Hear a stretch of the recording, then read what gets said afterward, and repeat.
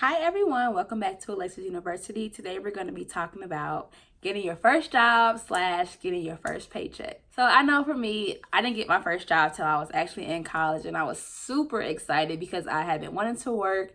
I just wanted some extra money in my pocket, just because, not that I needed any money. My school was being paid for. I had a meal plan, so I just wanted to be able to do things on my own without having to call back home and say, "Hey, mom, I need some money. I want to go to the movies, or I want to go out to eat. Just have something different from what's going on campus." So I got a job. And I started school about a week and a half earlier because I was able to move in early to kind of get training for that job. So everything was going by smoothly. I would say I liked my job. I liked meeting new people at my job, and it was exciting for me to get my first real adult job. So one thing I will say, when I first got hired, for me, I was working because I wanted to have extra money. It wasn't because I had bills.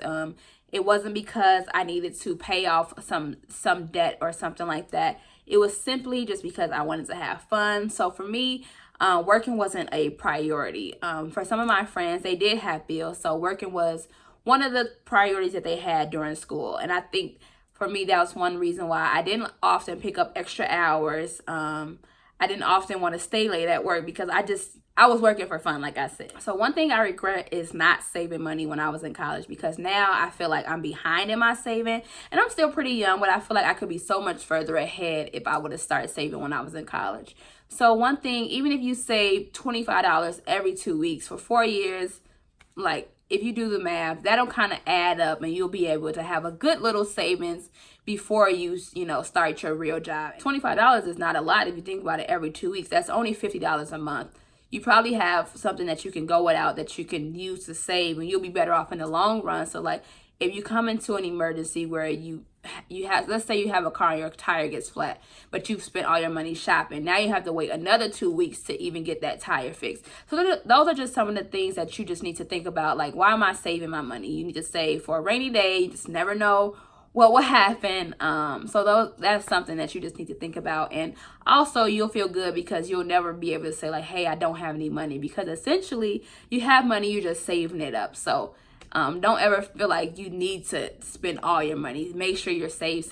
Like, that should be ingrained in your mind. Save, so that when you get older, you're kind of already into the routine of saving, and then it'll just be easier for you to add on to what you already started in college. Like I said, saving is one thing that you really want to be mindful of, and then also start to think about, what are you working for? Are you working for fun? Are you working to pay bills? Like, what are some of the things that you need to be thinking about when you have a paycheck? Another thing I noticed, that a lot of people, they have like 2 and 3 jobs. They'll have a job off campus and a job on campus. For me, I didn't want to work 2 jobs because I just feel like it just became overwhelming for me. And so I decided to work on campus because I thought it was easier for me to talk to them about my schedule changes. As far as when I started working off campus, sometimes they didn't really care about my schedule changes. So if I had to have an exam or something the next week and it was in a specific time because we have finals that week, well, on campus, they ask for your final schedule, and then they kind of correlate what you're going to do, what they will do after you give them your schedule. Whereas if you have a real job outside of campus, they'll say, "Well, I mean, this is your schedule, so you need to find somebody to change that shift with you."